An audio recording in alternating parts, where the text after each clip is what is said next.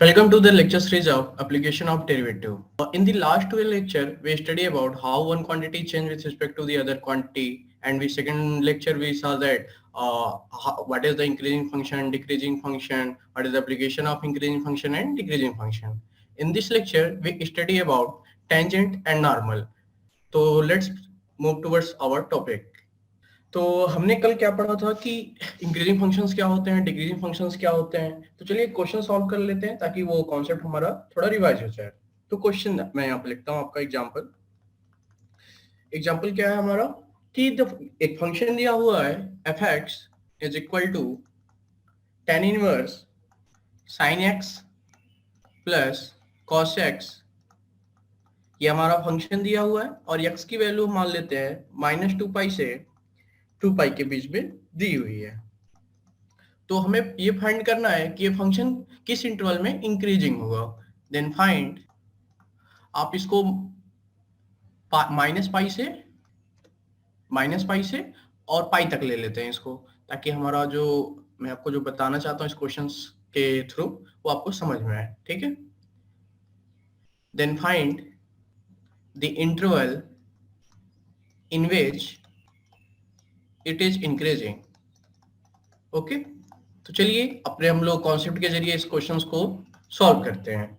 ठीक है। तो देखिए इसके सॉल्यूशंस के पार्ट में हम लोग क्या करेंगे। सबसे पहले हमारा जो फंक्शन है, हम लोग कल क्या पढ़ा गया था कि फंक्शन इंक्रीजिंग होने के लिए क्या होना चाहिए, ऐसा हमें x फाइंड करना है जिसपे f डैश x क्या हो, ग्रेटर देन 0 हो। तो सबसे पहले तो हमें f डैश x की जरूरत पड़ेगी, या तो इंक्रीजिंग निकालना हो या डिक्रीजिंग निकालना हो या कांस्टेंट फाइंड करना हो। तो सबसे पहले हम इस फंक्शंस को डिफरेंशिएट करते हैं। तो ही क्या दिया हुआ है यहाँ पे, हियर। हाँ, एक सबसे पहले आप इस वीडियो को पॉज करके आप खुद से क्वेश्चंस को सॉल्व करिए, देखिए कि आप कहाँ तक इसमें पहुंच पा रहे हो, फाइनल आंसर तक पहुंच पा रहे हो या नहीं। उस तरह से आपका एक रिवीजन भी हो जाएगा। फिर इस वीडियो को आगे देखिए। Here f x is equal to tan inverse sin x plus cos x। तो सबसे पहले हम लोग क्या करेंगे, इसे डिफरेंशिएट किया जाएगा x के रिस्पेक्ट में। तो on differentiating both sides with respect to x, we get, दोनों साइड x के रिस्पेक्ट में डिफरेंशिएट करके हमें क्या मिला, f dash x is equal to. अब देखिए ये tan इनवर्स इसका, तो सबसे पहले हम लोग क्या करेंगे, d अपॉन tan इनवर्स। मैं हर एक स्टेप को आपको एकदम स्टेप बाय स्टेप बता रहा हूँ कि कैसे क्या चीजें यहाँ पे हो रही हैं। इसको हमें dx के रिस्पेक्ट में डिफरेंशिएट करना है, तो dx लिखेंगे इज इक्वल टू। अब इसको हम लोग क्या लिखेंगे, यहाँ चेन रूल लगाया जाएगा। कौन सा रूल, चेन रूल। तो क्या हो जाएगा ये sin x plus cos x अपान, अब ये जो चीज इतना ये टर्म है इसको हम लोग नीचे लिख रहे हैं ताकि हम लोग इसको इजिली डिफरेंशिएट कर सकें। तब हमारा tan इनवर्स थीटा का फॉर्म बन जाएगा। Okay, into by applying chain rule हम लोग ये लिख पा रहे हैं इसको, sin x plus cos x upon dx। Okay, अब हम लोग इसको आगे लिखते हैं। तो ये tan इनवर्स थीटा का हमें पता है, यहाँ छोटा सा मैं आपको हिंट दे देता हूँ क्या क्या होता है इसका formula. d upon tan inverse theta का अगर d थीटा के रिस्पेक्ट में डिफरेंशिएशन करना हो तो क्या आ जाता है, ये 1 अपॉन 1 प्लस थीटा का स्क्वायर, यही आती है हमारी। ठीक है, तो चलिए हम लोग आगे बढ़ते हैं। इसमें ये फार्मूला यहाँ पे यूज किया गया, तो ये क्या हो जाएगा 1 upon 1 plus sine x plus cos x का होल स्क्वायर। तो इसको लिखते हैं हम लोग sine x plus cos x का होल स्क्वायर। और ये क्या आ जाएगा, साइन एक्स का डिफरेंशिएशन क्या आ जाएगा, कॉस एक्स, और कॉस एक्स का डिफरेंशिएशन माइनस साइन एक्स। ये यहां तक तो आ गए। अब इसको सॉल्व कर लेते हैं, थोड़ा सिंप्लीफाई कर लेते हैं। तो क्या आएगा यहाँ पर, तो चलिए इधर लिखते हैं। ये हमारा ऊपर आ गया cos x minus sine x. तो मैं क्या करता हूँ, √2 से दोनों साइड मल्टीप्लाई कर देता हूँ। √2 से मल्टीप्लाई और √2 से डिवाइड। तो ये नीचे डिवाइड करेंगे तो क्या आ जाएगा, √2 upon 1 plus sine x minus sine x plus cos x का होल स्क्वायर। ओके, अब इसे हम लोग क्या लिख सकते हैं, ये क्यों किया गया अभी आगे जब एक दो स्टेप हम लोग लिख लेंगे तो समझ में आएगा कि √2 से ही क्यों मल्टीप्लाई किया है, कोई दूसरा नंबर क्यों नहीं लिए। अब ये 1/√2 को हम लोग क्या कुछ ऐसे लिख सकते हैं क्या, cos π/4 या sin π/4, कुछ क्लिक कर रहा है क्या? cos a प्लस b क्या होता है? cos a cos b minus sin a sin b, तो ये किसका फॉर्म बन जाएगा फिर? cos a cos b minus sin a sin b। तो चलिए इसको लिखते हैं ताकि आपको समझ में आएगा। cos π/4 की वैल्यू 1/√2 होती है, minus sin x sin π/4 upon 1 plus sin x plus cos x का होल स्क्वायर।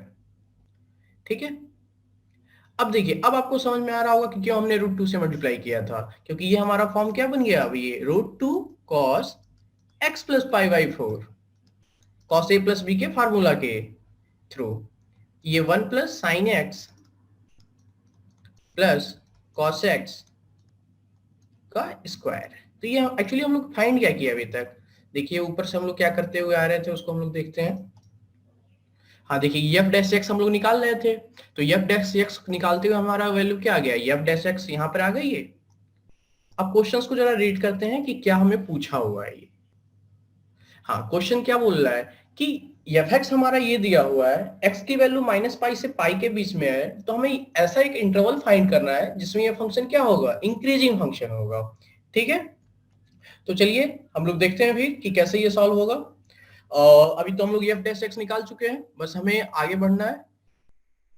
अब फॉर इंक्रीजिंग फंक्शन क्या होता है condition, F dash x greater than 0, तो एफ डैश एक्स की वैल्यू क्या करते हैं, ग्रेटर देन 0 का कंडीशन लगा रहे हैं, तो हमें मिलेगा क्या, तो हमें क्या मिल जाएगा ये, हाँ तो ये एफ डैश एक्स की वैल्यू तो ये थी, तो इसको हम लोग यहाँ पे लिखते हैं √2 cos x प्लस π/4,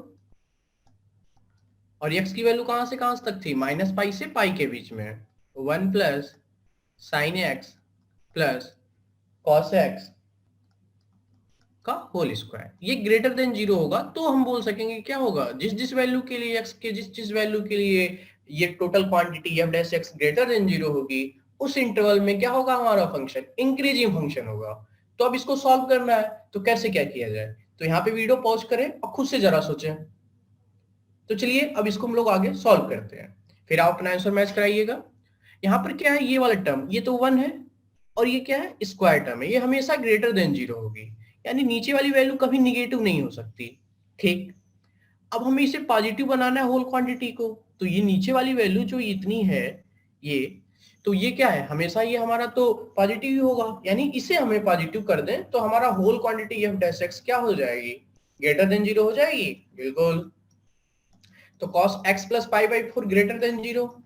अब हमें ये पता है कि जो cos फंक्शन होती है वो कितने कितने रेंज के बीच में पॉजिटिव होती है, ये चीज हमें देख लिया जाए तो बात हमारी बन जाएगी। तो चलिए थोड़ा फंक्शन बना के देखते हैं कि cos x का फंक्शन दिखता कैसा है -π और पाई के बीच में। तो देखिए x जो है -π से पाई के बीच में लिए, क्यों ले रहा है -π से पाई के बीच में, 2π से 3π के बीच में क्यों नहीं ले रहा है, क्योंकि हमारा क्वेश्चन में क्या बोला है, क्वेश्चन की डिमांड के हिसाब से काम करना है। यहाँ पे x की वैल्यू क्या है, ये देखो यहाँ पे x की वैल्यू -π से पाई के बीच में, इसलिए हम लोग यहाँ पर -π से पाई के बीच में ले रहे हैं। तो क्या हो जाएगा ये x is the element of -π to pi. ठीक, अब x जो है -π से पाई के बीच का एक एलिमेंट है, इसमें cos x का ग्राफ कैसा दिखेगा, चलिए cos x का बनाते हैं।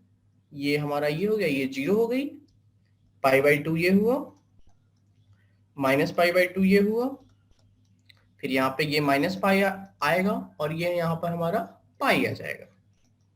तो cos 0 की वैल्यू तो 1 होती है, π/2 पे 0, -π/2 पे 0, फिर cos π पे -1 और ये -π पे भी -1, तो ये ग्राफ कुछ ऐसा दिखता हुआ जाएगा। ये थोड़ा ग्राफ टिल्ट हो गई हमारा, एक्चुअली ये पूरा आपका ऐसे रहेगा। ठीक है, रुकिए मैं इसको सही कर देता हूँ ताकि आपको समझने में दिक्कत ना हो कुछ भी। ये आपका ग्राफ बन गया हमारा।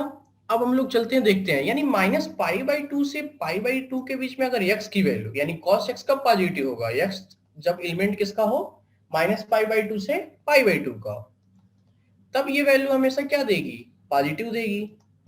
तो यानी अगर इसे हमें पॉजिटिव दिखाना है cos x plus pi by 4 को, तो क्या होना चाहिए, ये वाली वैल्यू किसके किसके बीच में लाई करनी चाहिए?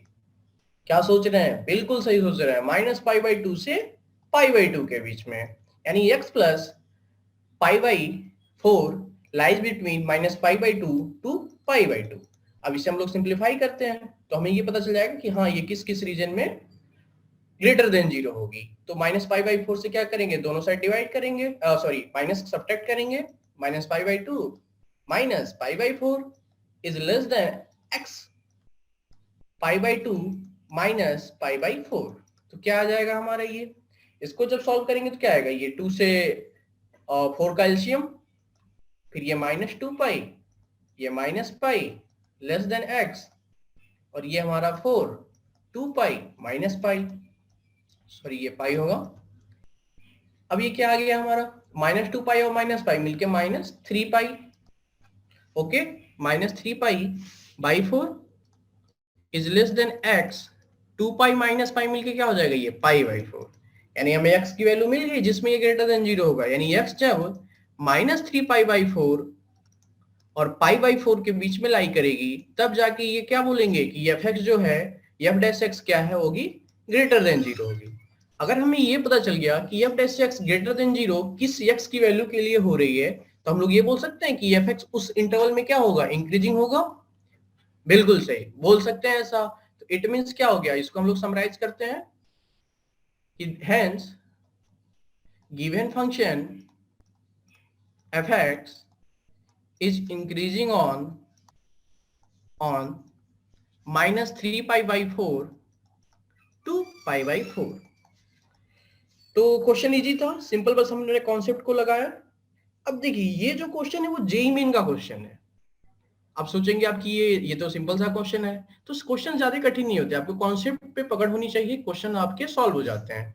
तो ये जेईई मेन 2007 का आया हुआ क्वेश्चन है, इसको मैंने लिया वहां से प्रीवियस ईयर से और आपको रखा ताकि आपको थोड़ा कॉन्फिडेंस बूस्ट अप हो, ठीक है। तो मैं इसको लिख देता हूं, एक बार आप इसको गो थ्रू हुई, देखिए कि दिया क्या हुआ है यहाँ पर, फिर हम लोग आगे बढ़ते हैं अगले टॉपिक की तरफ जो है टेंजेंट एंड नॉर्मल। ये जेईई मेन 2007 का क्वेश्चन है, फिर से मैं बोल रहा हूँ, क्वेश्चन देख के घबराना नहीं है, अपने कॉन्सेप्ट पे बिलीव रखना है और उसके थ्रू इस क्वेश्चंस पे अटैक करना है। कुछ क्वेश्चंस नहीं सॉल्व हो रहे हैं, कोई बात नहीं, अप्रोच चेंज करेंगे, फिर से ट्राई करेंगे, लेकिन हार नहीं मारना है, क्वेश्चन से लड़ना है। तो जेईई मेन 2007 का ये क्वेश्चन आपने अभी सॉल्व किया, तो आप एक बार इससे गो थ्रू हो जाइए, तब हम लोग अगले टॉपिक पे चलते हैं जो टेंजेंट और नॉर्मल है। चलिए हम लोग अगले टॉपिक पे चलते हैं जो हमारा टेंजेंट और नॉर्मल है। तो इसमें आगे बढ़ते समय पहले हम आपको कल बताए थे कि टेंजेंट क्या होती है, नॉर्मल क्या होती है, तो उसके बारे में बस आपको थोड़ा सा पिक्टोरियल व्यू दे देते हैं ताकि आपको चीजें समझ में आ जाए कि कैसे क्या चीजें यहाँ पे हो रही हैं, ठीक है।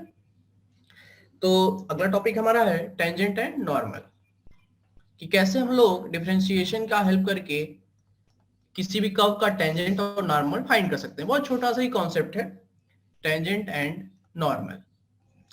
तो मैंने आपको क्या बताया था कि जैसे हमारे पास कोई फंक्शन दिया है fx, इसका जो कर्व ग्राफ बना रहा है समथिंग लाइक ऐसे बन रहा है ये, तो इसके एक पॉइंट पे अगर हमें टेंजेंट और नॉर्मल ड्रा करनी है तो कैसे आएगी, ये हमारा टेंजेंट हो जाएगा इस पॉइंट P पे और ये हमारा नॉर्मल हो जाएगा इस पॉइंट P पे, ठीक है। ये जो लाइन है वो x एक्सिस से कितना एंगल बना रहा है, थीटा, ठीक। तो हम लोग ये जानते हैं कि जो ये tan थीटा जो होगी वो इस टेंजेंट के स्लोप के इक्वल होगी, मतलब ये हम लोग 10th क्लास में पढ़ा गया है, यानी slope of the tangent is क्या हो जाएगा, ये tan थीटा के इक्वल हो जाएगी। और स्लोप का मतलब क्या होता है कि कैसे ये चेंज हो रही है, मतलब हम लोग क्या निकाल देते हैं, अगर स्लोप को m से डिनोट कर रहे हैं तो y2 माइनस y1 अपान x2 माइनस x1 ये फाइंड करते थे, ठीक। अब ये हम लोग क्या लिखते हैं, अगर हम लोग इसको बहुत बोल दें कि y2 और y1 में बहुत छोटा सा डिफरेंस है, बहुत छोटा सा, कि एक पॉइंट यहाँ पे लिए और दूसरा पॉइंट जस्ट इसके नाइबरहुड यहाँ पे ले लिया जाए, तो ये हमारा dx हो जाएगा और ये dy हो जाएगी, बहुत छोटा। dy मतलब इनफाइनाइटेसिमल स्मॉल नंबर, जितना आप छोटा ऐसे सोच सकते हो ये dy हो सकता है, इससे छोटा सोच सकते हो तो वो भी dy हो सकता है। तो हम लोग इसको क्या m को ऐसे भी बोल सकते हैं क्या, dy by dx, बिल्कुल, ये आपको थोड़ा सा फील लाने के लिए मैं बोल रहा हूँ, ठीक है, ताकि आपको चीजें समझ में आए कि हो कैसे रही है ये। यानी यहाँ पे जो स्लोप होगी वो क्या होगी, dy बाई dx के इक्वल होगी, ठीक। अब ये तो हमारा कर्व का स्लोप हो गया, लेकिन हमें पार्टिकुलर इस पॉइंट पे फाइंड करना है। तो हम लोग शुरुआत में पढ़े थे ना कि किसी एक पार्टिकुलर पॉइंट पे फाइंड करने के लिए क्या करते हैं, उस पॉइंट की वैल्यू पुट अप कर देते हैं। तो इसका मतलब क्या हो गया कि स्लोप ऑफ दी, अगर ऐसे लिखा जाए, slope of the tangent to the function fx at point x naught comma y naught, अगर इसे m से रिप्रेजेंट कर रहे हैं तो ये किसके इक्वल होगा हमारा, dy by dx at x not comma y naught. इस पॉइंट पे जितना dy बाई dx की वैल्यू आएगी वही हमारा क्या होगा, slope of the tangent of the function fx at that point. अगर ये थीटा एंगल बना रहा है x एक्सिस के साथ तो उसको tan थीटा भी बोल सकते हैं। हाँ, ये आपको समझ में आ गया कि इसका स्लोप कैसे, क्योंकि हमें पता है कि कोई भी लाइन का इक्वेशन अगर हमें लिखना है तो या तो 2 पॉइंट पता हो, या तो एक पॉइंट पता हो और इसका स्लोप पता हो, तो हम लोग लिख सकते हैं। तो स्लोप तो हमें यहां से मिल गई, ये कहां से मिला, हमें डिफरेंशिएशन की हेल्प से मिला स्लोप इसका। चलिए पहले हम लोग टेंजेंट को डील करते हैं, उसके बाद फिर हम लोग नॉर्मल पे जाएंगे। तो अब हमें क्या मिल गया, एक्स नॉट का वाई नॉट एक पॉइंट मिल गई और इसका स्लोप m मिल गया, जो कि क्या है dy बाई डी, सॉरी ये dt मैंने लिख दिया, dx होगा ये, dx at x not comma y naught, ये 2 पॉइंट्स, ये हमारा स्लोप भी मिल गया। तो अब हमें क्या लिखना है, हमें तो equation of the tangent line लिख ली है ना, तो चलिए लिखते हैं उसको। thus equation of tangent line, equation of tangent line at x not comma y naught is, क्या हो जाएगा ये, तो मान लेते हैं एक variable point x comma y है, तो y माइनस वाई नॉट, जो 10th क्लास में पढ़े थे सिंपल वही लगा रहे हैं, बस यहाँ m की जगह dy by dx at x not comma y nought आ गया है, dy by dx comma x nought at x not comma y nought into x minus x nought. कुछ नया है नहीं, बिल्कुल नया नहीं है, बस हमें यहाँ पर m की जगह क्या आ गया हमारा, dy by dx at x not comma y nought आ गया है। अब इसे हम लोग जब सॉल्व कर लेंगे तो हमें क्या मिल जाएगा, equation of the tangent line to the function fx at the point x not comma y naught. एक बार आप इसे देखिए कि हमने किया क्या है इसे, फिर हम लोग एक क्वेश्चंस को सॉल्व करते हैं, उससे कॉन्सेप्ट और अच्छा से बिल्डअप होगा, फिर हम लोग नॉर्मल ऑफ दी कर्व के की तरफ प्रोसीड करेंगे, ठीक है। तो चलिए एक छोटा सा एग्जांपल सॉल्व करते हैं, फिर उसके बाद नॉर्मल के बारे में भी पढ़ा जाएगा हम लोग। तो क्वेश्चन हमारा ये है कि एक फंक्शन दिया हुआ है और उसके पार्टिकुलर एक पॉइंट पे हमें ये पता करनी है कि टेंजेंट क्या होगी, equation of the tangent line क्या होगी। तो मैं क्वेश्चन यहाँ पे लिख देता हूं, example, find the slope of the tangent, find the slope of the tangent, find the slope of the tangent to the curve y is equal to x cube minus x at x is equal to 2। अब आपके दिमाग में एक चीज आना चाहिए कि x की वैल्यू दी हुई है, यहाँ पे x not comma y naught बोल रहा था, तो x की वैल्यू दी हुई है तो क्या y की वैल्यू नहीं निकाल सकते हैं। एक्चुअली में हाँ, x नॉट जो है x के ही इक्वल है, क्योंकि गिवन पॉइंट को x not comma y naught क्या है हमारा गिवन पॉइंट, ये क्या है हमारा, इसको लिखते रहे, ये गिवन पॉइंट है हमारा, जो पॉइंट दी हुई होती है उसे x not comma y naught लेते हैं, ये बस नोटेशन है। तो यहाँ पर क्या हो जाएगा, x, पहले हम लोग तो y निकाल लेते हैं कि y क्या होगा, when x is equal to 2 then y क्या होगी। देखिए हमें पहले इसको मैं समराइज कर दे रहा हूं कि हम लोग इस क्वेश्चन को सॉल्व कैसे करेंगे। पहले हमें x इज इक्वल टू 2 दिया हुआ है, इसकी वैल्यू को रख के y की वैल्यू निकाल लेंगे, पहला स्टेप ये हुआ। सेकेंड स्टेप में इसका स्लोप फाइंड करेंगे कि उस पार्टिकुलर पॉइंट पे इसकी स्लोप क्या है। फिर थर्ड जो स्टेप होगी उसमें ये देखा जाएगा कि कैसे इसका इक्वेशन ऑफ टेंजेंट लाइन क्या होगी। तो सबसे पहले स्टेप की तरफ प्रोसीड करते हैं हम लोग। x इज इक्वल टू 2 है, देन क्या हो जाएगा हमारा, x is equal to 2 then y is equal to x cube minus x, यानी 2 का क्यूब माइनस 2, 2 का क्यूब यानी 8 माइनस 2 इज इक्वल टू 6। यानी हमारा जो पॉइंट होगा वो क्या होगा, x comma y is equal to किसके आ गया, 2 कामा 6 के इक्वल आ गया क्या, बिल्कुल सही, बिल्कुल सही आप सॉल्व किए। अब आगे चलते हैं किसके बारे में, स्लोप के बारे में। तो यहाँ पे क्या दिया हुआ है, देख रहे हैं यहाँ पे y जो दिया हुआ है ये x³ माइनस x दिया हुआ है। तो ये तो छोटा सा सवाल है, आप तो कर सकते हो। चलो चलो करो करो, खुद से करो, बताओ क्या आ रहा है। हाँ, तो अब सबसे पहले इसको डिफरेंशिएट करेंगे, तो क्या लिखते हैं इसको हम लोग, differentiating with respect to x, we get, क्या मिलेगा, dy by dx is equal to 3x² minus 1। Simple formula था, 3x² माइनस 1। अब हमें dy by dx की वैल्यू किस पे पता करनी है, किस पे, 2,6 पे। क्या दिया हुआ है यहाँ पर जो निकाले थे, 2,6, इस पे हम लोग dy by dx की वैल्यू को फाइंड करेंगे। तो चलिए सॉल्व करते हैं। Then dy by dx at x is equal to 2, at x, y is equal to 2,6। मतलब क्या, x की जगह बस 2 रखना है, क्योंकि y का टर्म तो कुछ आ ही नहीं रहा है। तो अच्छी बात है, नहीं आ रहा है तो कैलकुलेशन हमारा थोड़ा इजी रहेगा। क्या ही दिक्कत है हमें, 2 का स्क्वायर 4 माइनस 1, 4 3 जा 12, 12 माइनस 1 11, 11 आ गया ये, ठीक। अब ये हमारा स्लोप होगा, मैंने शुरुआत में क्या बोला था, ये हमारा स्लोप हो जाएगा। अब हमें पॉइंट पता है 2,6, पॉइंट पता है, पॉइंट इज 2,6, और इस जो लाइन है उसका स्लोप जो दिया हुआ है वो हमारा 11 आ गया। यहाँ पे मैं m इज इक्वल टू, तो इक्वेशन ऑफ टेंजेंट लाइन क्या होगी। अब हमें, हमारे पास क्या इंफॉर्मेशन है, अब आपका 10th का क्वेश्चन हो गया कि पॉइंट आपका 2,6 है, और 10th का क्वेश्चन नहीं बोला जाएगा, 11th का पार्ट आ जाएगा। पॉइंट आपका 2,6 है, स्लोप ऑफ दी जो लाइन है वो 11 है, तो find the equation of the line. तो चलिए प्रोसीड करते हैं। तो क्या हो जाएगा, y minus y1 is equal to m into x minus x1। तो यहाँ y1 का मतलब हम लोग 6 से लेते हैं, x1 का मतलब 2 से, तो वैल्यू पुट करेंगे तो क्या आ जाएगा, y माइनस 6, m की वैल्यू 11, x माइनस 2, यानी क्या आ जाएगा ये, y is equal to, y minus 6 is equal to 11x minus 22। तो अब इसको हम लोग सॉल्व करते हैं, देखते हैं क्या आ रहा है ये। तो ये y is equal to 11x minus 22 plus 6, यानी y इज इक्वल टू क्या आ जाएगा ये, 11x माइनस 16।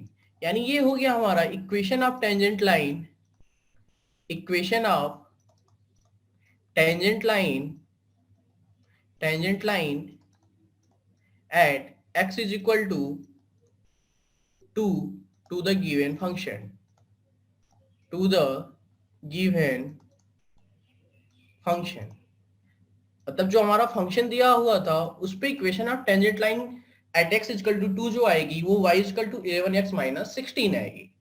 तो ये आपको समझ में आ गया, आप एक बार देख लीजिए। सबसे पहले हमें क्या करना था, सबसे पहले हमने पॉइंट फाइंड किया, फिर उसके बाद डिफरेंशिएट करके dy by dx फाइंड किया, और फिर dy by dx की वैल्यू 2,6 पे फाइंड किया। जो भी वैल्यू आई उसके बाद हमारे पास एक पॉइंट आ गई और उसका स्लोप आ गया, फिर हमने इक्वेशन ऑफ टेंजेंट लाइन को फाइंड किया। अब हम लोग आगे चलते हैं नॉर्मल ऑफ दी कर्व के ऊपर। तो टेंजेंट तो हमें पता चल गई, अब नॉर्मल के ऊपर। तो देखिए हम लोग स्लोप तो निकाल सकते हैं, टेंजेंट में स्लोप कैसे निकलती थी, m is equal to dy by dx, जो भी पॉइंट दिया हुआ है x0, y0। अब हमें ये पता है 10th क्लास में पढ़ा गया था कि दो लाइन जो एक दूसरे के परपेंडिकुलर है, ये L1 हो गया और ये L2 हो गई। अगर ये एक दूसरे के परपेंडिकुलर है तो इनके स्लोप के बीच में रिलेशन क्या होती है, ये M1 है और ये क्या है हमारा M2 है। If L1 is perpendicular to L2 then, तब क्या होता है, कुछ याद आ रहा है, चलिए नहीं याद आ रहा है तो मैं आपको याद दिला देता हूं। M1 into M2 is equal to -1। ये प्रॉपर्टी होती है हमारी परपेंडिकुलर लाइंस की, कि अगर दो लाइन परपेंडिकुलर है तो ये कंडीशन इसे फॉलो करना ही होता है, तभी वो एक दूसरे के परपेंडिकुलर होंगी। तो हमें ये पता है कि टेंजेंट लाइन और नॉर्मल जो होती हैं वो एक दूसरे के क्या होती हैं, परपेंडिकुलर होती हैं। We know normal and tangent, normal and tangent at a given point, at a given point at a given point to the curve या function fx are perpendicular to each other, perpendicular to each other। ये perpendicular का sign है, इसे short में लिखा जा सकता है each other। तो अब हमें ये पता था कि हाँ चलिए मान लेते हैं नॉर्मल का जो स्लोप है वो क्या है m2 है और इसका क्या है m1 है, मान लेते हैं। तो क्या आ जाएगा ये m2 m1 is equal to -1। तो m2 m1 की तो वैल्यू निकाला गया था, क्या था हमारा dy by dx at x is x0 comma y0, ये था, इससे हम लोग m1 लिख देते हैं। तो क्या हो जाएगा ये dy by dx at x0 comma y0 is equal to -1। Okay, तो m2 की वैल्यू क्या आ जाएगी हमारी -1 upon dy by dx at x0 comma y0, ये हमारा m2 का वैल्यू आ गया। यानी ये m2 क्या है, ये slope of the normal to the curve fx at the given point x which is x0 comma y0। और हमें पॉइंट तो पता है ही कि किस पॉइंट से ये पास करेगा x0 कामा y0। तो हम लोग इजीली क्या फाइंड कर सकते हैं, इसका इक्वेशन फाइंड कर सकते हैं। तो चलिए हम लोग ये एग्जांपल से देखते हैं कि क्या चीज हम लोग यहाँ पे देखा गया, उसे एक एग्जांपल से गो थ्रू होते हैं ताकि वो हमारे लिए थोड़ा इजी हो जाए समझने में उसे। ठीक है, तो चलिए एक एग्जांपल लेते हैं। और चलिए पिछले जो एग्जांपल दिया हुआ था ना उसी में हम लोग नॉर्मल फाइंड करते हैं x इक्वल टू 2 पे। तो मैं लिखता हूँ क्वेश्चंस को, जो आपका पिछला एग्जांपल था सेम उसी क्वेश्चन में x इक्वल टू 2 पे नॉर्मल को फाइंड करने की कोशिश करते हैं। तो example 2, in above example find the equation of the normal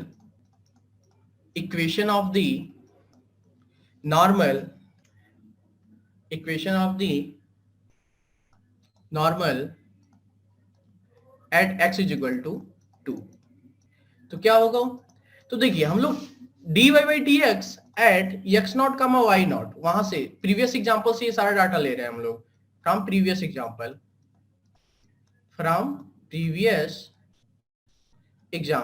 क्या क्या हमें पता है, dy by dx at 2,6, ये पॉइंट जो निकाले थे वो क्या आई थी 11 आई थी, पॉइंट क्या था 2,6। तो ये तो हमारा क्या था स्लोप ऑफ द टेंजेंट था, और हमें इसको हम लोग क्या माने थे ऊपर, देखते हैं चलिए। स्लोप ऑफ द टेंजेंट हम लोग क्या लिखे थे m1 या m2, m1 लिखा गया था। देखिए यहाँ पे मैंने क्या माना था, हाँ स्लोप ऑफ द टेंजेंट हमने क्या मानना है ये m1 ये वाली, और slope of the normal m2। तो ये दोनों तो एक दूसरे के परपेंडिकुलर होते हैं, तो इसका यूज करते हैं। Let slope of the normal at 2,6 is equal to m2। Then अब ये टेंजेंट का स्लोप तो दिया हुआ है, क्या है 11 है, और इसका स्लोप m2, यानी m2 इंटू 11 क्या हो जाएगा -1 हो जाएगी। तो यहां से m2 पता चल गया -1/11, यानी हमें ये पता चल गई कि जो स्लोप होगा नॉर्मल का 2,6 पे वो किसके इक्वल होगी -1/11। और एक पॉइंट भी पता है, वो पॉइंट क्या है हमारा 2,6, ये वाली पॉइंट। तो अगर हमें एक पॉइंट पता चल गया और स्लोप पता चल गई, तो क्या हम लोग उस इक्वेशन ऑफ लाइन को नहीं लिख सकते हैं क्या, जो 11th क्लास में हम लोग ऐसा पढ़ा गया था ना, 11th या 10th जिस क्लास में भी था ये आपके। तो वहां से हम लोग क्या लिखेंगे, तो 10, चलिए प्रोसीड करते हैं, सेम वही चीज है। 10 equation of normal at x is equal to 2 is, जो फंक्शन दिया हुआ है उस पे at x is equal to 2 is क्या हो जाएगा ये y minus 6 y minus y1, यानी ये 6, m2 की वैल्यू क्या है -1/11 एंड x माइनस 2। ओके, तो क्या आ जाएगा ये y minus 6 minus x/11 plus 2/11। तो 11 से मल्टीप्लाई कर दें बोथ साइड, तो क्या आ जाएगा ये 11y माइनस 66 माइनस 1 प्लस 2। 11 का हमने क्या किया यहाँ पे, यहाँ तो दोनों सेम है तो माइनस, और ये माइनस x होगा, माइनस x प्लस 2, और 11 का इधर करेंगे तो 11y माइनस 66। तो क्या हो जाएगा ये 11y माइनस x प्लस 2, ये माइनस 66 इधर जाएगा तो क्या हो जाएगा ये plus 66. It means 11y is equal to minus x plus 68. ये हमारा क्या हो गया required equation of the normal at given point. तो इसको समराइज करते हैं एक लाइन में. Hence equation of normal at x is equal to 2 of the given function is 11y minus x plus 68. ये हमारा इक्वेशन ऑफ दी नॉर्मल हो गया. तो ये तो हम लोग सिंपल एक कर्व का लिए थे, रैंडम कोई भी कर्व ले लिए थे, उस पे हम लोग ये इक्वेशन ऑफ नॉर्मल और टेंजेंट की बात कर रहे थे. तो आप किसी के ऊपर भी निकाल सकते हो, चाहे आपका वो पैराबोला हो सकता है, हाइपरबोला हो सकता है, सर्कल हो सकता है, इलिप्स हो सकती है, कोई भी चीज हो सकती है. तो इस पे हम लोग और भी एग्जांपल्स कल देखा जाएगा. अभी मैं आपको एक छोटे से टॉपिक के बारे में इंट्रोड्यूस कर दे रहा हूँ, जिसका जहां पे हम लोग एप्लीकेशन डिफरेंशिएशन का यूज करके उस वैल्यू को हम लोग फाइंड करते हैं. तो चलिए उसको हम लोग देखते हैं. अगला टॉपिक जो है हमारा अप्रोक्सीमेशन. क्या है अगला टॉपिक हमारा? अप्रोक्सीमेशन. क्या होता है अप्रोक्सीमेशन? पहले इसे समझते हैं, फिर इसे हम लोग कल पढ़ा जाएगा कि क्या होता है, कैसे इसका यूज करके हम लोग फाइंड करते हैं. और हाँ, टेंजेंट और नॉर्मल के ऊपर भी कल कुछ क्वेश्चंस देखे जाएंगे कि हाँ कैसे किसी कर्व का इलिप्स हो सकता है, पैराबोला, कैसे उसका टेंजेंट निकाला जाता है किसी गिवन पॉइंट पे, नॉर्मल कैसे निकाला जाता है, और वैरायटी ऑफ द क्वेश्चंस के बारे में भी देखा जाएगा. और अप्रोक्सीमेशंस के बारे में चलिए देखते हैं. चलिए आपको एक छोटा सा टास्क देते हैं, जरा आप उसे करिए. मान लेते हैं, चलिए पेन और कॉपी पकड़ लीजिए, देखते हैं सबसे पहले कौन जवाब देता है. fx is equal to x cube minus 3x square plus 6 ये दिया हुआ है. देन f of 2 कोई बताएगा क्या f of 2 क्या होगा? चलिए काफी लोगों ने आंसर दे दिया होगा. काफी इजी है, x की जगह 2 की वैल्यू पुट करेंगे, जो भी आएगी उसे हम लोग लिख देंगे. अब f of 3 बताइए, ये भी काफी लोगों ने जवाब दे दिया. अब ये क्वेश्चन काफी अच्छा क्वेश्चन है. f of 2.1 ये बताइए. तो थोड़ा टाइम लगेगा क्योंकि यहाँ क्यूब है, फिर ये है. चलिए कोई बात नहीं, चला ये बता दीजिए, इसको भी आप कंप्यूट कर सकते हो. 2.0001. अब इससे बताइए आप ये क्या होगा. तो हम लोग ये देख रहे हैं, चलिए यहाँ क्यूब है, चलो आप कंप्यूटेशन कर भी लिए, यहाँ 10 दे दिया. तो इस तरह से थोड़ा ये हार्ड टास्क हो जाती है इस चीज को फाइंड करना कि कैसे हम इस चीजों को बता सके, कैसे हम लोग इसे फाइंड कर सकते हैं. तो इसका यूज अगर हम लोग डिफरेंशिएशन का यूज करके इसे सॉल्व किया जाए तो हम लोग इसे काफी इजीली बताया जा सकता है. तो चलिए मैं इस कॉन्सेप्ट को थोड़ा इंट्रोड्यूस कर देता हूँ. छोटा सा ही कॉन्सेप्ट है, फिर अगले क्लास में बस हमें क्वेश्चंस इस पे देखा जाएगा कि कैसे हम इस क्वेश्चंस को सॉल्व करते हैं. आप भी थोड़ा इसको पढ़ के आइएगा ताकि आपको अच्छे से समझ में आए. तो सबसे पहले हम लोग यहाँ एक एजम्पशन लेते हैं. एजम्पशन क्या है कि इंस्टेंटेनियस एजम्पशन लिख देते हैं यहाँ पे इस तरह के क्वेश्चंस को, क्योंकि ये हमारा अप्रोक्सीमेशन है, अप्रोक्सीमेट ही करना है. तो एजम्पशन ये होती है हमारी कि instantaneous rate of change equal to the average rate of change. Instantaneous rate of change is equal to average rate of change. तो समझते हैं क्या है ये चीजें. इंस्टेंटेनियस मतलब कि जस्ट एक पॉइंट पे वो बदल रहा हो. तो छोटा सा एक फिगर बना लेते हैं ताकि विजुअलाइज करने में थोड़ा सा चीजें आसान हो. तो ये हमारा फंक्शन हो गया fx. ये एक छोटा एक रीजन लेते हैं. तो ये मान लेते हैं ये डेल y है, मतलब कि ये यहाँ पे हमारा समथिंग y1 था, ये y2 था, सॉरी ये डेल x है और ये डेल y है. इसके करस्पॉन्डिंग यहाँ पे वैल्यू समथिंग होगी, इसके करस्पॉन्डिंग यहाँ पे ये वैल्यू होगी. ये x1 हो गया, ये x2 हो गया. तो डेल x क्या आ जाएगी हमारी x2 माइनस x1. ये हमारा y1 हो गया और ये y2 हो गया. तो डेल y क्या हो जाएगी हमारी y2 माइनस y1. तो एवरेज रेट ऑफ चेंज क्या हो गया? Average rate of change in y upon change in x. Change in y upon change in x, ये होता है एवरेज रेट ऑफ चेंज. तो ये हमारा आ जाएगा del y upon del x. Okay. अब इंस्टेंटेनियस रेट ऑफ चेंज क्या होती है? इसे शॉर्ट में ऐसे लिख सकते हैं, instantaneous rate of change. Instantaneous rate of change होता है dy by dx. क्या होता है? dy by dx. इंस्टेंटेनियस मतलब ये हो गया कि एक छोटे से ये डेल एक्स और छोटा कर दें, मतलब ये मान लेते हैं ये ऐसे ये इतना, इससे भी छोटा, एक छोटे से इनफाइनिटेसिमल स्मॉल, बहुत छोटा सा, जितना आप सोच सकते हो उससे भी छोटा एक रीजन ले रहे हैं, उसमें वाई कैसे चेंज हो रहा है एक्स के रिस्पेक्ट में, तो वो बात करते हैं इंस्टेंटेनियस रेट ऑफ चेंज में। तो इंस्टेंटेनियस रेट ऑफ चेंज क्या होगी? D y by d x. Okay, अब देखिए यहाँ पे हमने एजम्पशन लिया था instantaneous rate of change is equal to the average rate of change. तो अब इस चीज को हम यहाँ पे अप्लाई करते हैं, फिर देखते हैं कि कैसे इसका यूज करके हम लोग फाइंड कर सकते हैं आगे। ठीक है, तो चलिए इसे हम लोग आगे करते हैं। तो देखिए हम लोग माने थे कि एवरेज रेट ऑफ चेंज जो होगा वो किसके इक्वल होगा? Average rate of change is equal to instantaneous rate of change. Average rate of change कितना दिया हुआ है? Del y by del x, और इंस्टेंटेनियस रेट ऑफ चेंज कितना दिया हुआ है? D y by d x. तो हम लोग यहां से डेल वाई की वैल्यू लिख सकते हैं क्या? Del y is equal to del x d y by d x, ये यहां से मिल गया। अब देखिए हम लोग को क्या दिया हुआ था, मान लीजिए कि F2 दिया हुआ है, ये समथिंग मान लेते हैं, ये कोई वैल्यू आ गई A मान लेते हैं। अगर हमें पूछ लिया F2.002 ये क्या आएगी, तो इस वैल्यू को कैसे कैलकुलेट किया जाए? तो ये मान लेते हैं, इसका पहले थ्योरी वाला पार्ट देखते हैं तब समझ में अच्छे से आएगी। If fx is equal to y, then मान लेते हैं कि fx प्लस डेल एक्स क्या होगा? अगर x में थोड़ा सा चेंज किया जा रहा है तो y में भी क्या आ गया? थोड़ा सा चेंज आ गया, तो y प्लस डेल वाई लिख दिए। और डेल y की वैल्यू कैसे कैलकुलेट करेंगे? जो हमारा ये पीछे वाला चीज जो जस्ट हमने पीछे देखा, इसको y की वैल्यू क्या आई? डेल y की value del x into d y by d x. तो इस तरह से हम लोग fx प्लस डेल x की वैल्यू नियर अबाउट इसे कैलकुलेट कर सकते हैं। इसे nearly equal to x plus del x nearly equal to y plus del x d y by d x, ऐसे लिखा जा सकता है।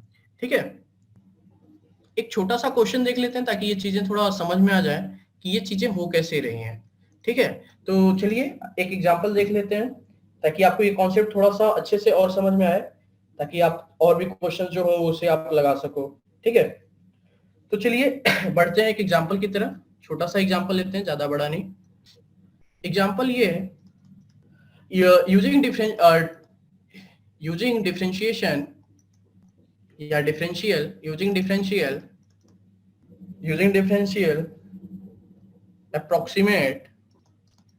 approximate under root 36 plus 6। ठीक है, तो हम लोग इसको क्या लिख सकते हैं? ये कुछ ऐसा फंक्शन है क्या? सॉल्यूशंस का पार्ट देखते हैं। y is equal to root x, तो यहाँ पे हम लोग क्या लिख सकते हैं? इसको d y by d x यहाँ से निकाल सकते हैं क्या? क्या आएगी d y by d x? D y by d x is equal to 1/2 root x. क्यों निकालना है? क्योंकि यहाँ पे ये जरूरत पड़ेगी। अब ये देखो, ये 36.6 है, ये एक्चुअली में कुछ ऐसा दिख रहा है क्या? x plus del x is equal to 36.6, ऐसे लिख सकते हैं इसको, या डेल वाई लिखें, क्या बोलते हो? ठीक, अब यहाँ पे x मान लेते हैं, let x is equal to 36, तो डेल x क्या आ जाएगा? 0.6 आएगा, क्योंकि हम रूट 36 की वैल्यू इजिली फाइंड कर सकते हैं। तो चलिए x की वैल्यू 36 हो गई, तो if x is equal to 36, then y is equal to क्या हो जाएगा? रूट 36। इट मींस इसका वैल्यू क्या आ गया? 6 आ गई। लेकिन हमें क्या निकालना था? रूट 36.6 निकालना है ना, यानी एक्चुअली में हमें तो x या फिर equal to x plus del x find करनी है, जिसकी वैल्यू क्या होगी? Nearly equal to y plus del x into d y by d x के इक्वल होगी। अब यहाँ पे y जो दिया हुआ वो क्या आया? y की वैल्यू तो 6 आई, तो यहाँ 6 लिख देंगे। डेल एक्स की वैल्यू क्या कैलकुलेट किए थे? 0.6, ये लिख देंगे। और dy बाई dx ये तो आया था 1/2 रूट एक्स, 1/2 रूट एक्स, और x की वैल्यू क्या है हमारे पास? 36 है क्या? बिल्कुल, तो वैल्यू यहाँ पे पुटअप कर देंगे, देखते हैं क्या आ रहा है। 1/2 रूट 36, 2 6 को कट करेंगे क्या आ जाएगा? 0.3 आएगी ये, बिल्कुल। तो यानी 6 प्लस 0.3 और ये आ गया हमारा 6। तो ये तो हमारा वैल्यू काफी एस्टिमेट आ गई और काफी जल्दी भी आ गई। उस तरह कैलकुलेट करने जाते तो टाइम भी लगता। 0.3 ये 6 को 30 करेंगे 0.5 आ जाएगी, यानी हमारा फाइनल आंसर जो आ गया 6.05। तो अब एक बार इसको मैं समराइज कर देता हूँ कि एक्चुअली किया क्या गया। यहाँ पे रूट 36.6 की वैल्यू फाइंड करनी थी, तो हमें 30, लेकिन हमें ये पता है 36 की वैल्यू 6 होती है, रूट 36 की वैल्यू 6, तो हमने x को क्या मान लिया 36 मान लिया, तो डेल x 0.6 आ गई। अब x की वैल्यू अगर 36 है तो y की वैल्यू क्या होगी फंक्शन के हिसाब से, अगर इसे हम लोग y समथिंग मान लेते हैं तो root x y equal to root x माने थे, तो y equal to root 36 equal to 6। अब y equal to root x है और हमें तो dy बाई dx क्या होगा 1/2 रूट x, ये तो हम लोग फाइंड करके साइड में रख दिया। अब हमें तो इस वाले वैल्यू में इंटरेस्ट है ना, 36.6 क्या होती है, तो ये होता है f x plus del x nearly equal to y plus del x dy by dx। तो वैल्यू यहाँ पर देखकर हमने क्या कर दिया, इसको सब्स्टिट्यूट कर दिया, तो ये क्या आ गया 6 plus del x dy by dx। अब इसको सॉल्व किया तो 6.05 आ गया, यानी रूट 36.6 क्या हो जाएगा नियरली इक्वल टू 6.05। ये हो गया अप्रोक्सीमेशन। तो और भी एग्जांपल्स हम लोग देखा जाएगा कल कि अप्रोक्सीमेशन से रिलेटेड एग्जांपल्स हो गए, टेंजेंट और नॉर्मल से रिलेटेड एग्जांपल्स हो गए। तो आज के ट्यूटोरियल में हम लोगों ने क्या पढ़ा, हम लोग ये पढ़े कि टेंजेंट क्या होते हैं, नॉर्मल क्या होते हैं, कुछ क्वेश्चंस देखा गया कि किसी कर्व के ऊपर टेंजेंट कैसे निकाला जाए, नॉर्मल कैसे निकाला जाए, और उसके बाद हमने अप्रोक्सीमेशन का कॉन्सेप्ट देखा कि कैसे अप्रोक्सीमेशन का यूज करके बाय यूजिंग डिफरेंशियल अप्रोक्सीमेट किसी फंक्शन को किसी वैल्यू को अप्रोक्सीमेट करना कितना इजी हो जाता है। तो अब मिलते हैं अगले ट्यूटोरियल में कुछ एग्जांपल के साथ। Okay bye, thank you.